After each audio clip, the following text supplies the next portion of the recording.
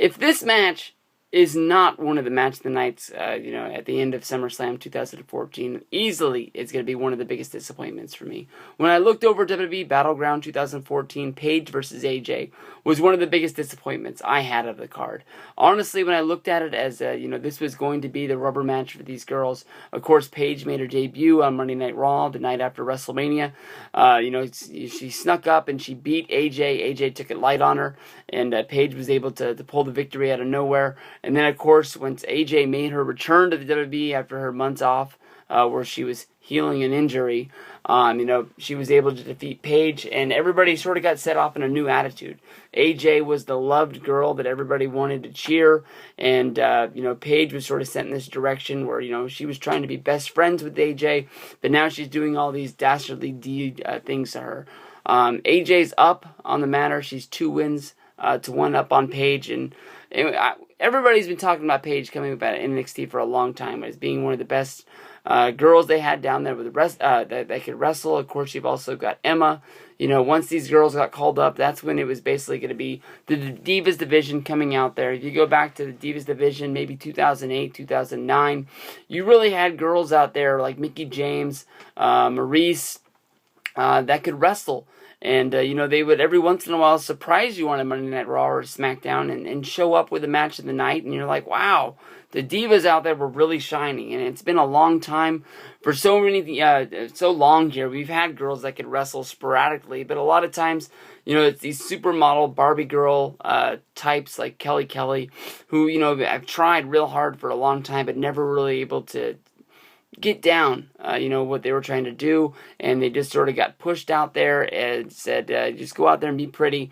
It doesn't really matter what comes out of there. There's some people out there thinking that maybe, the WWE should just cut the Diva division in all. That was one thing that I heard Court Bauer talking about, trying to solve the money issues with WWE, just basically saying that they got so many girls on the payroll. They might sell some posters, they might sell a calendar here or there, but basically their TV numbers don't lie. People don't really watch the Divas matches that much. People don't really watch the things that Divas do, and they might go on the internet, they might look at their pictures, that they definitely don't buy t-shirts. AJ Lee is sort of like the one sort of she's a little bit different than everybody. She's able to sell some merch.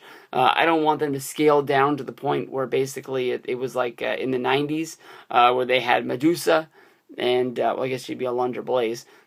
And they would have the one wrestler that she would fight for a year, and then of course they would replace her and bring somebody else in, and just basically only have 2 girls wrestle on the house shows and the pay-per-views, and you just got sick of that feud pretty much. I mean, maybe a few girls, but they have like 1,000. In developmental, on the main roster, so many girls that you don't even really realize, what they're doing until the fact that they're on your TV, much like Rosa Mendez was on television on SmackDown last week. But I don't know. I want to see these girls go in there. I want to see them beat the holy hell out of each other. They got a good story behind them right now. They've got the whole, sort of best friends, frenemies storyline out of the way. I guess Paige still is delusional, thinking that they're best friends, but after the match on SmackDown, where she snuck up behind and she attacked AJ by basically pushing her off the stage, and she took the hard fall where they had to send the stretcher out, they had to put the neck brace on her, pick her up and take her out of the show. Definitely these girls should be fighting. And I know the page on Twitter is trying to downplay the whole thing, trying to say that people were really overreacting and that AJ and her are still friends, and that she was only looking out for AJ's best interest.